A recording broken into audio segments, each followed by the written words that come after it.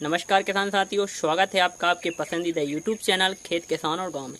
किसान साथियों, आज के वीडियो में हम बात करने वाले हैं एक हैवी जैविक इंसेक्टिसाइड के बारे में, जैविक कीटनाशक के बारे में, जो आपकी फसलों में आने वाली इल्लियां जैसे कि तम्बाकू की इल्ली, सेमी लूपर या फिर कहें तो स्टेम बोरर, तना छेदक, फ्रूट बोरर, फल छेदक, ऐसी तमाम जो इल्लियां आती हैं, लार्विसाइड आते हैं, उनका काफ़ी प्रभावी नियंत्रण करता है। और आपकी फसल में जो लागत आती है रासायनिक कीटनाशकों के प्रयोग से, जो हमारी फसल में दुष्प्रभाव पड़ता है, हमारी खेत की मिट्टी खराब होती है, तो उससे हमें बचाना है तो हमें एक जैविक कीटनाशक का प्रयोग कर भी इन इल्लियों का कंट्रोल कर सकते हैं।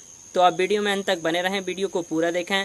और किसान साथी, यदि अभी तक आपने चैनल को सब्सक्राइब ना किया हो तो प्लीज़ चैनल को सब्सक्राइब करें, घंटी वाले आइकन को दबाएं, जिससे कि आने वाली वीडियो का नोटिफिकेशन आप तक मिलता रहे और आप उसका लाभ लेते रहें।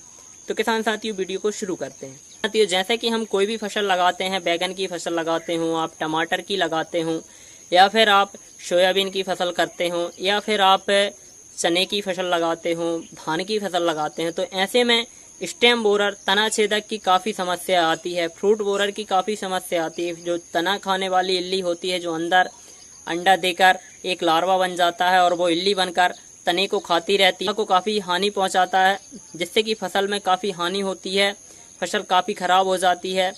और जो फल होते हैं उनको खाती है तो फल भी बहुत ख़राब होते हैं, जिससे कि उत्पादन पर प्रभाव पड़ता है और उत्पादन कम हो जाता है।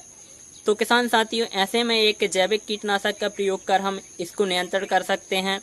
और जैसे कि हम रासायनिक कीटनाशकों का प्रयोग करते हैं तो मानव जीवन में इसके काफ़ी दुष्प्रभाव पड़ रहे हैं, तो इनको हमें ध्यान में रखकर एक जैविक कीटनाशक का प्रयोग करके भी हम इन कीटों का नियंत्रण कर सकते हैं। और किसान साथियों, जैसे कि ऑर्गेनिक फार्मिंग करते हैं, जैविक खेती करते हैं कुछ किसान साथियों, तो उनको भी कीटों के नियंत्रण के लिए काफ़ी समस्याएँ होती हैं, कंट्रोल नहीं होता तो रासायनिक की तरफ जाना पड़ता है। तो ऐसे में यह कीटनाशक काफ़ी फायदेमंद हो सकता है खेती करने वाले किसानों के लिए भी, और रासायनिक खेती जो भी करते हैं तो उनके लिए भी यह अच्छा ऑप्शन है कि वह भी अपनी फसलों में इसका प्रयोग कर सकते हैं। तो किसान साथी, हम जिस कीटनाशक के बारे में बताने वाले हैं उसका नाम है नैनो बजरंग बाण, और यह राह क्रॉप प्रोड्यूसर कंपनी लिमिटेड के द्वारा बनाई गई है।